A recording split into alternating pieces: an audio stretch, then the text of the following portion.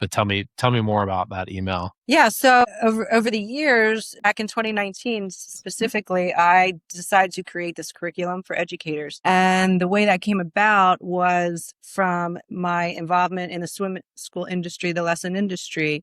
There's a lot of ways to give back to the community by having vouchers or free lessons one week, or free lessons another week, or something like that, or go to the community pool on a weekend. And it is nice to give back that way. But I also found that wasn't enough time for the kids to actually learn how to swim. The voucher programs or the grant programs are wonderful, and they definitely have good intentions behind them. Uh-huh. But I also realized that if they're not continuing that kind of education, they're not going to keep that skill that they learned that 1 week, or the 2 weeks or the 1 month. So I just started thinking to myself, what's the best way to manage this? Because I also realistically realized that I'm not going to be able to get students to come from a school, to leave school, to go to a pool. Not many schools have their own pools, so that would make it great. You could do that easily if that was the case, but majority of them do not have pools on campus. Right. So I realized from talking to other educators and administrators that no, they were not comfortable with getting involved in the transportation of it or taking that much time out of the school day to do it and things like that. So, which I understood, and I appreciated all that feedback. So then I just started thinking more outside the box. Bless you. Saw it coming. It knows not to put the camera on me at those times. It'll switch to you. So it's pretty intelligent.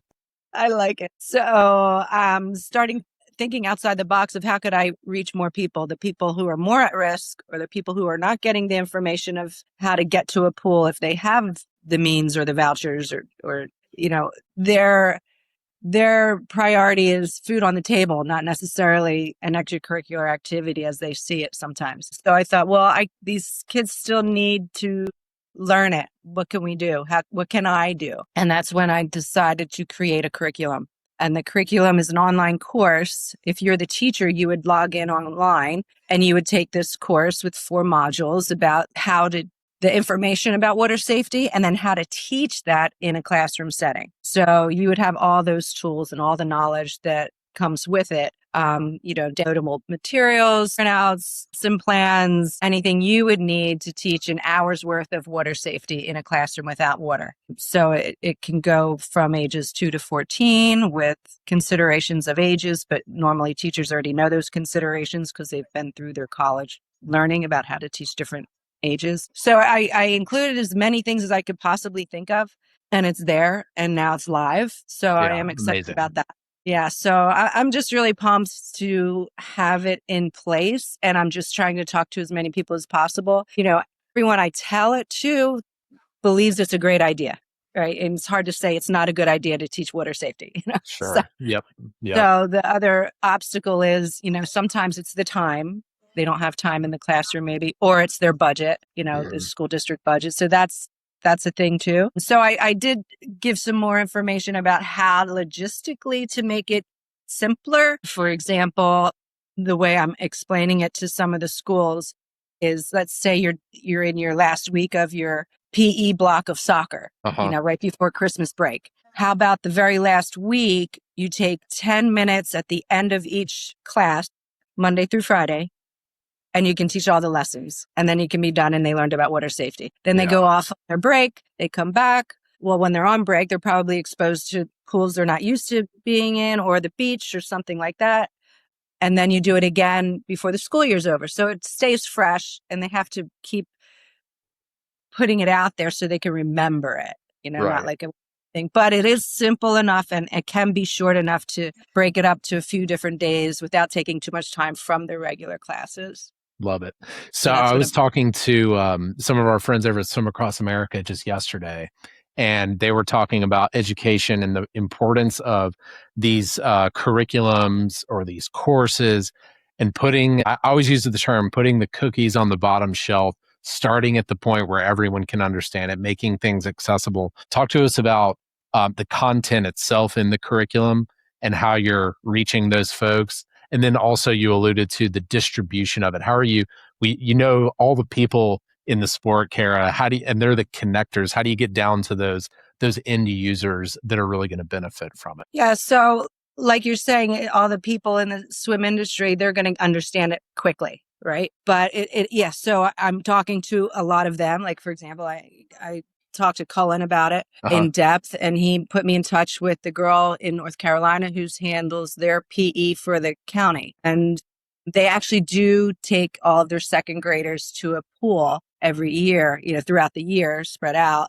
And I talked to her, I met with her, had a big conversation about the curriculum. And she's like, well, how do you see it? So I said, well, how I see it would be you do it for the one grade lower so they know what's going to be happening. So it's not brand new to them. Oh my gosh, I've never been to a pool. Now they've already learned the water safety part of it. So they're going to see it and be like, oh, I learned that in the classroom. So I think, it is about completely educating people, the people you're talking to about it, the people you want to implement it. For example, here in Boca Raton, there are 2 private schools currently who have hired Florida Swim School because they do have pools on campus. They hired us to do their PE swim program. Of course, the first thing I said was, well, I do have this curriculum. You could just purchase it and you could just assign it to your PE teachers and they can do it, because there is a component in there that teaches how to teach basic water safety skills if you have a pool. Mm-hmm. But I'm putting it more towards people who don't have a pool. But anyway, I did do that. And they're like, well, yeah, but we'd rather just you do it. You bring your people. So I send teachers out there, our instructors go and they do that, and then it's just invoiced. But it is the life-saving curriculum. So it's in action, it's live. And, I have testimonials from the school. Yep. Nice. When it is raining, because their pools are outside, we do go inside and we do literally the classroom that's on the lesson plans. So it works. I see it work. It's been working for years. And I'm just really excited to get it out there to as many people who want to. As a matter of fact, the deputy mayor of the town here purchased it for the Fuller Center, which they help at-risk students or youth. So they're gonna start it in January. Amazing. Yeah.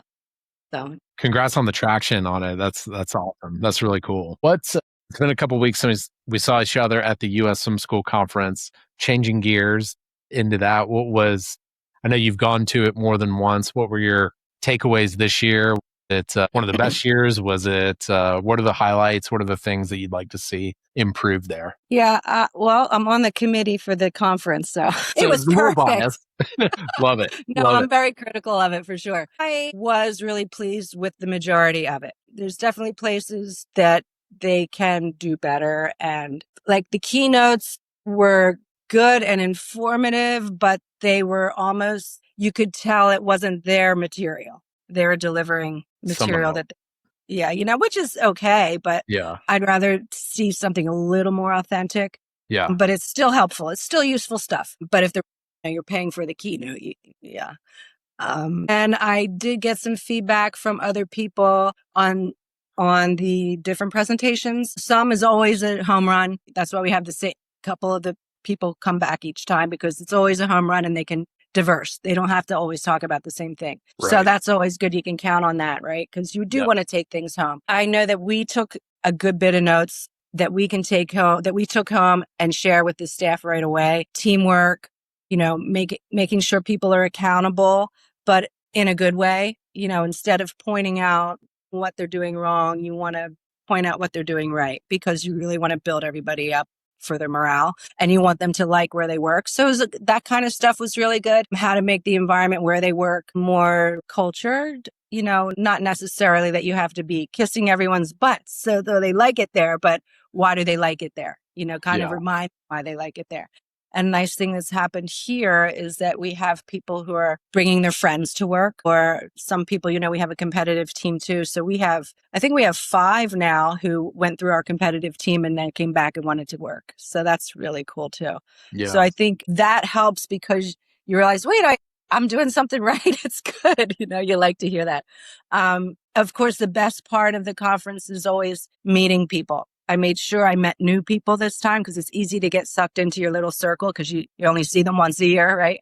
And we do some of that for sure. But I like talking to people I hadn't met before and see where we can learn from each other, because, there's so many different people out there. Everybody's different. And if you really just listen, that was one of the presentations about listening, and Uh-huh. I'm all for it because I feel like I am a good listener. I know I'm trying to get this message out about the life-saving curriculum, but I definitely consider myself a good listener if someone's standing in front of me.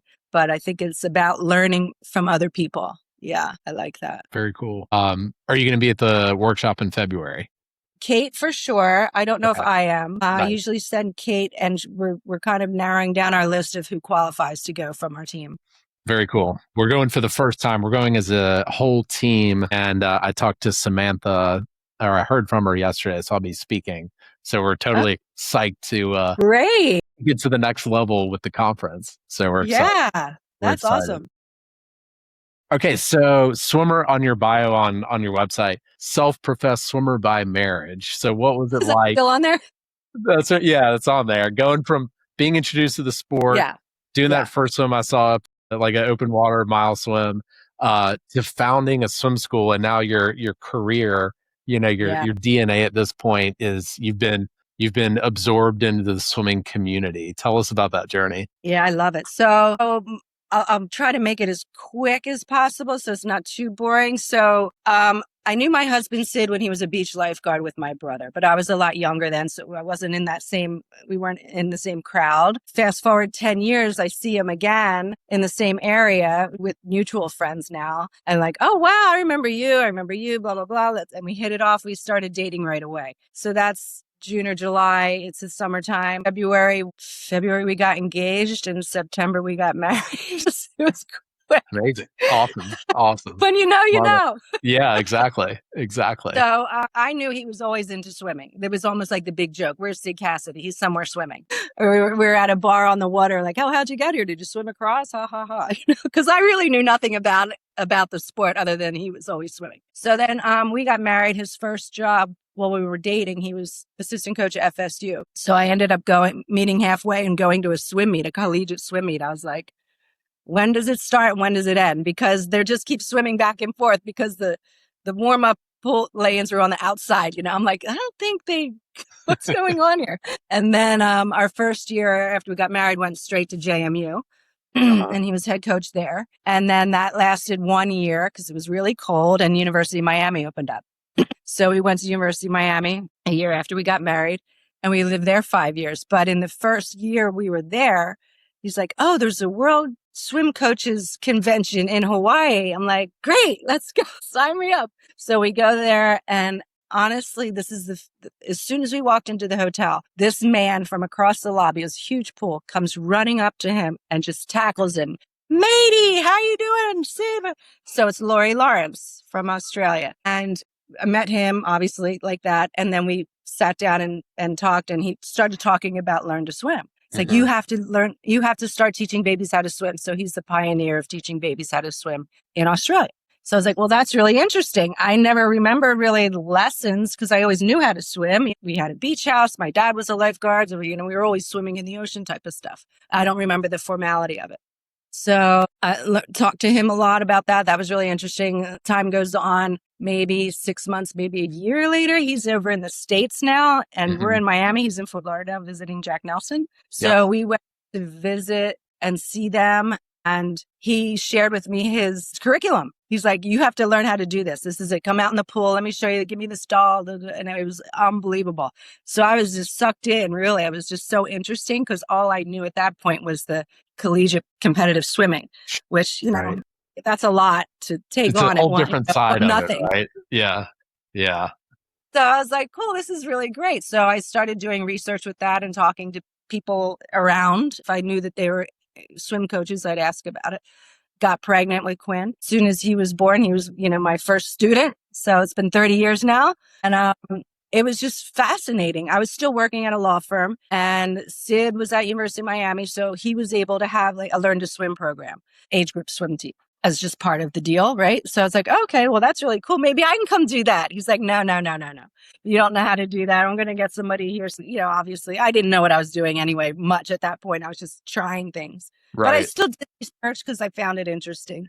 And then as that time went on, now it's time to go to New Jersey. I'm pregnant again, and men's swimming stopped, and we got a job at New Jersey. We started a age group program. And that's when I really started with Learn to Swim. I started promoting it. I made my own swim school and name and all that good stuff. And I used a high school pool indoors. So it was kind of cool because it was a competitive pool. And I was like, oh. Through a friend, I got contacted to a health club. And I said, hey, can I rent your pool? He's like, sure, why not? So we worked a deal out. I did that for several years. That's when I joined the Swim School Association. And I just took off from there. I just loved it. And I just loved learning more about it. And it was just so interesting. And now I'm saving lives. And wow, that's kind of rewarding. So yeah, for sure. I think I'm going to stay with it. I have a purpose. Yeah, exactly. So you're like the walking manifestation of like the outsider that became the insider in the sport of swimming.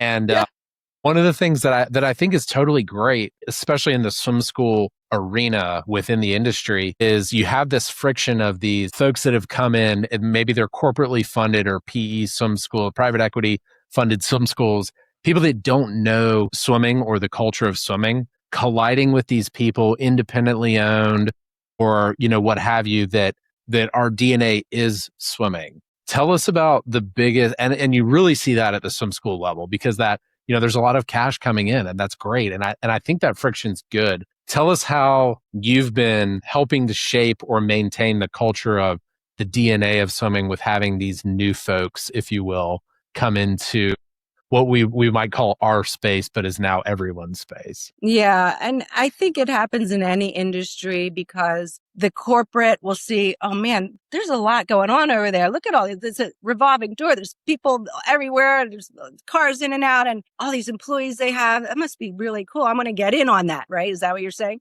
Yeah. Right. And I do have some friends who that's happened to next door down the street where someone's opening up a swim school who knows nothing about swim schools. You kind of just I guess what they're doing is, telling their own customers, they're new. If you feel the need to try them, but we're always going to be here for you. I think you have to be super genuine. And I'll even tell people here who aren't going to the corporate, they're just like, oh, I think I want to try something else. Like, hey, if you feel the need, you want to try it somewhere else, go for it. But if you have questions, call me. I'm happy to help. Right. No strings attached. I think you have to be transparent like that because I think the important thing is building trust. Yeah. And I am not going to badmouth another school or corporate. It's just, I don't think that's cool. Yep. Right. They're going to do it their way and whoever's going to follow them has to learn. They're either going to thrive or not and they'll come back. Clearly there are enough people in the world who need to learn how to swim. Of course. So, if they're getting the job done and actually giving the skills the kids need and they're learning those skills, okay, good. There are a lot. And I get a letter at least monthly. Hey, do you want to sell your business? I'm like, nah, I'm good. But some people will be like, yeah, I'm ready to retire or something. Right. Right. For some people, it's a good idea to do it. For some people, they don't want anything to do it. I just think you have to let people make their own decisions. I'm here to educate. If someone comes in here and asks me a point blank question, I'm going to give it to them. What should I do? Well, actually, here's something. We had a parent not too long ago cancel the membership, take a break, whatever, but then ask the teacher, hey, will you come to my house here in person while they're still at the swim school? And we're like, yeah, that's not something you can do. You definitely can't do that. Right. But I don't mind the act. No, it's not happening. But healthy competition, probably a good indicator that the general mission, the collective mission moving forward in the sport is going in the right directions. Yeah, and we're still building the sport, Right. Absolutely. How good it is for you to be involved in competitive swimming. So we feed our lesson people right onto it. If they're interested, want them 100%. To try. With Florida Swim School now, kind of present day, what's you're constantly getting better, growing, learning, educating, iterating. What's the key to maintaining that level of up-to-dateness and consistency as you guys evolve the curriculum or improve your culture at Florida Swim School? Yeah, I think you need to make sure that you never think you know it all. Yeah. You just can't. Because if you do, then you're done, basically. Yeah. You'll just be where you are and that's it. I'm always looking to get better, whether it's how we put the pool together. We configure the pool differently because this might work out better. Or someone from the outside who's done this somewhere else has a suggestion. I mean, I'm going to listen. I mean, you got to be a listener, but I'm a learner too. I mean, I like learning and I like picking people's brains and seeing what they think, or why do you think that doesn't work? Or why do you think that does work? Yeah. And I'm very big on not giving advice unless I'm asked. That's a good one. You know, because Yeah. we have parents here, Yep. obviously, who I don't agree with their parenting skills because they're Right. screaming at their kids or whatever they're doing. But I'll be like, "Hey, how's it going?" You know, and I'm just waiting for them to ask so I can give a little help. Right. Right. And if they don't ask, it's like, you know what? I'm not going to spend the brain power if they're not asking. Yeah, exactly. Right. Yeah. Yeah. So, okay, lifetime learner and listener. Lifetime learner and listener. I like that. Okay, so talk about regional New Jersey, Florida. So you work with some community across the country, really, but talk about where you grew up, New Jersey, to where y'all are now, Florida. How would you describe the cultural difference as families approach both kind of learn to swim and comp swim between those two locations in particular? Yeah, I think for New Jersey, southern New Jersey, or anywhere in that area, or not warm all the time, they see it more as a seasonal skill to do, Mhm.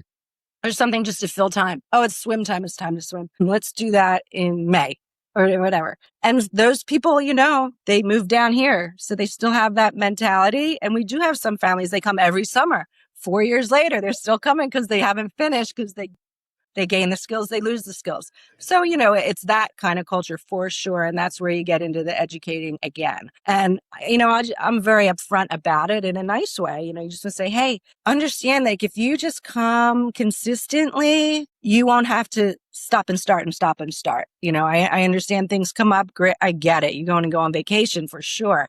But then I give them tips. Hey, if you're going to go on vacation, make sure you practice this when you're there. You know, so it really matters. Yeah, it really matters. You're doing your homework and you want them to like it. And I also explain to them that, hey, if your kids if they're getting better, they're going to like it more.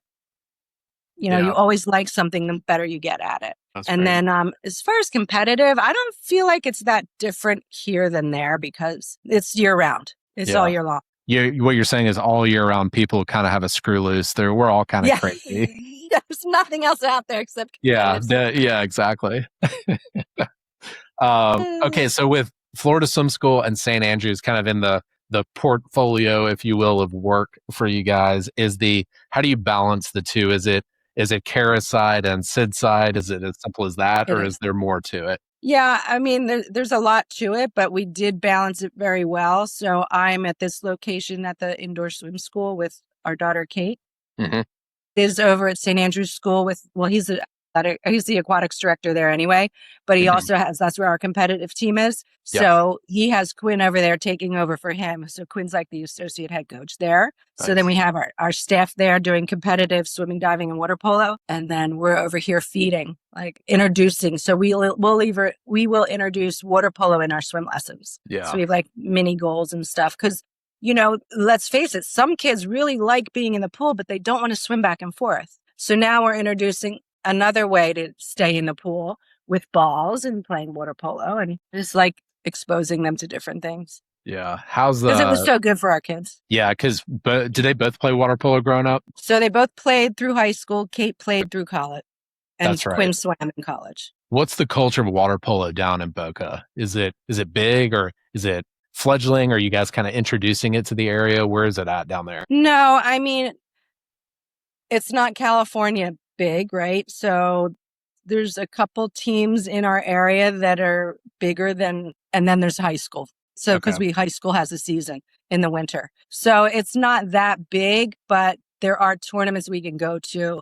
And, we've got, over 50 players on our team. So the other team in the area has more, but we'll go to the same tournaments usually the same tournaments. We'll host tournaments, so other teams will come down. Orlando has a bunch of teams. Miami has a couple. So it's like Miami, our area, Orlando.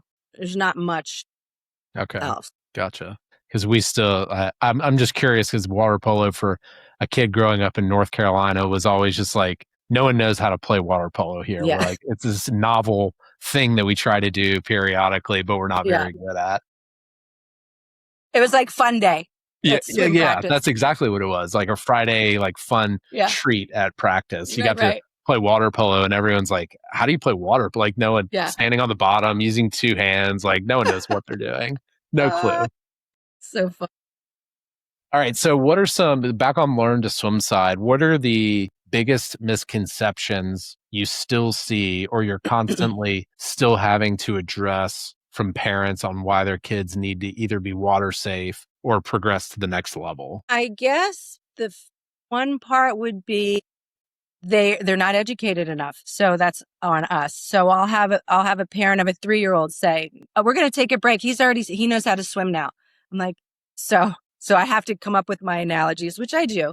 Like, so he's 3. So now you're going to take a break, or you're comfortable with the way he's swimming. When he's 5, he's still going to have the skills of a 3-year-old in the pool. So that's not what you want. You need him to continue on because the skills are going to develop with the child's development, right? So when you're 3, your arms are barely coming out of the water because it's hard and you're not very horizontal. You might be, but it's still hard to get them all the way around.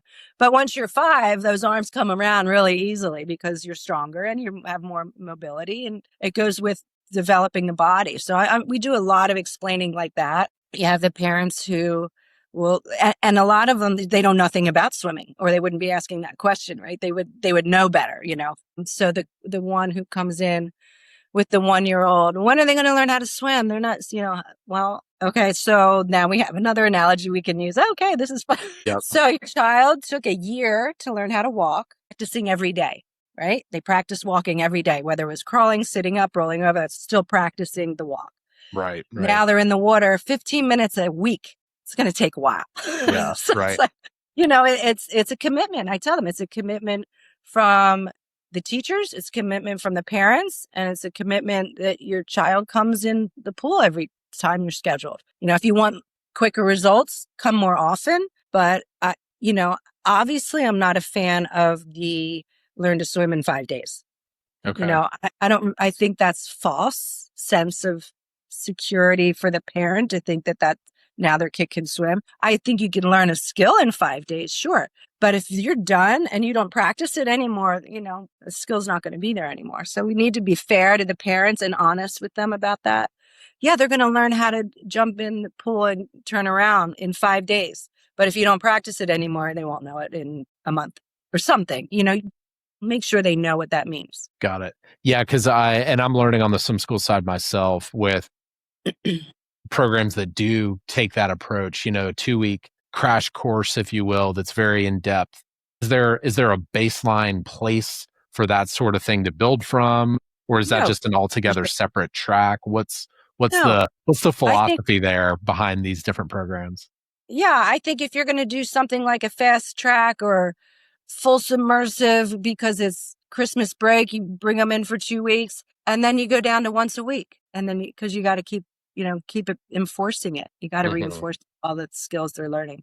I believe in, especially if a kid's really upset and crying and fearful, bring them in every day if you can. But then don't stop it. Then once he's comfortable, now you can go back to once a week. But you still have to have some consistency to keep the skills fresh. Is there a rule of thumb you see or you share with parents? If you see a young boy or girl trying to get over that fear of the water at first, is there something magical about the second day or the third day in the water? How do you help calm their nerves when they see their kid being scared at the beginning? Yeah. First, you want to listen and say, did anything ever happen? Because sometimes they don't realize that when they fell in the pool a year ago, it might still be in their head, right? So you can say, hey, did anything ever happen? Oh, no, he's always loved the pool. Okay, great. So maybe it's a stranger, you're in the lobby, the kid's in the pool. Now he's not used to being around people he doesn't know. There's a lot of factors there. So number one, if they're really fearful, like afraid to go near the pool or the person, then I want the parent to come out. Okay. I want the parent to sit with him. So then the kid will see, oh, my mom trusts this person. So I guess it's okay. I'm not going to force the parent to stay away from their screaming kid. But I also am aware that some parents that's the way they parent. I don't care if he screams, he has to learn how to swim. I'll just go hide. I'm like, oh, okay, we got it. It's fine. We'll manage it. It just might take a little longer. Right. So I want to invite the parents when the child's scared, because that'll help calm the child down. And isn't it better to have a child not screaming or not crying or not afraid? The parent's going to definitely calm that down. So I like to involve that when possible. Yeah. What is for the highest group at your swim school, Florida Swim School, what is the marker for graduation for that group? Is it learning freestyle? Is it learning the 4 strokes? What's kind of the capstone? Okay, so our highest level at Florida Swim School is the Sharks, and that's our pre-team. So they're waiting to graduate to get to the competitive team. So they already know all their strokes. They're refining them and working on getting stronger and going further. So okay, cool. And they can demonstrate a certain distance of it, then they graduate to it. So this is the fun question, because I know the answer for you guys specifically, but those parents and those swimmers are getting to that point and they're asking what's next. When are you guys introducing what's next? And how do you approach that with them? For the competitive team? Yeah. So we have, like, on our wall, it has all our levels and what it means. And they'll say, oh, when is he going to get to the, Dolphin 2? As soon as he's side breathing. Well, what age is that? Well, it can be any age, but it's normally, 5 or 6 or whatever. Right.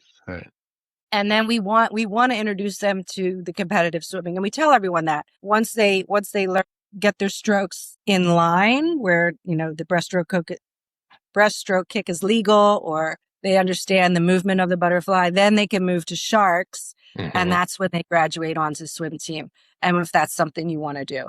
But if it's not something they want to do, that's okay, because we already know they're strong swimmers at that point. We're satisfied with that for sure. What age is that? I mean, I know it's ability driven, but what age is that typically that you guys see? For the competitive team? Where they're either sort of thumbs up, done with graduation of the Sharks, and they move on to the team, or that's kind of it for them. What is that 8 years old? Is it 6? I would say, depending on when they started, like you said, it really depends. But I'd say 8 is a good average.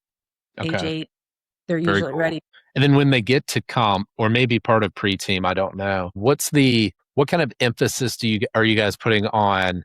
We always term, practice and play sessions, but competition, structured inter-squad meets, for example, time trials. What is y'all's philosophy around introducing the competitive swim aspect, and when do you do that philosophically? So as soon as they graduate from the Sharks to the competitive team, they're actually in Sharks. They're already learning competitive swim terms, what's circle swimming, with flip turns, like things like that. They're learning that stuff already because they're showing interest that they want to move on. So once they get to that beginner level of the competitive team, they're in competitive swimming.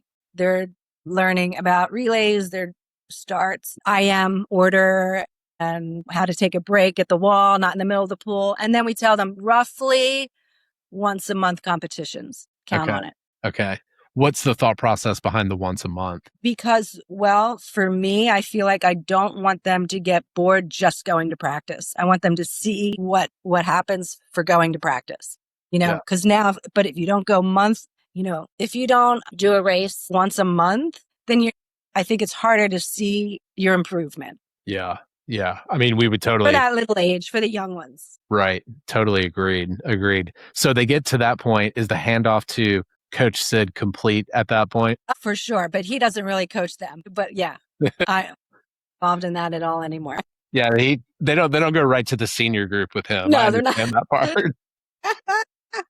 Very cool. That would That's be scary. Awesome. Yeah. So, but it's great because they'll see the coaches there who they know from Florida Swim School too, because they're like they're either swimming, teaching here. Sometimes they teach Sharks over there because we have Sharks here and there, depending on the day. So they'll have some familiar faces. I was going to say a little bit of familiarity to go with it. It's for a smooth transition. Very cool. Well, Kara Cassidy, Florida Swim School, thank you so much for your time. It was great to see you. Thank you, Charlie. Appreciate it. Appreciate the chat.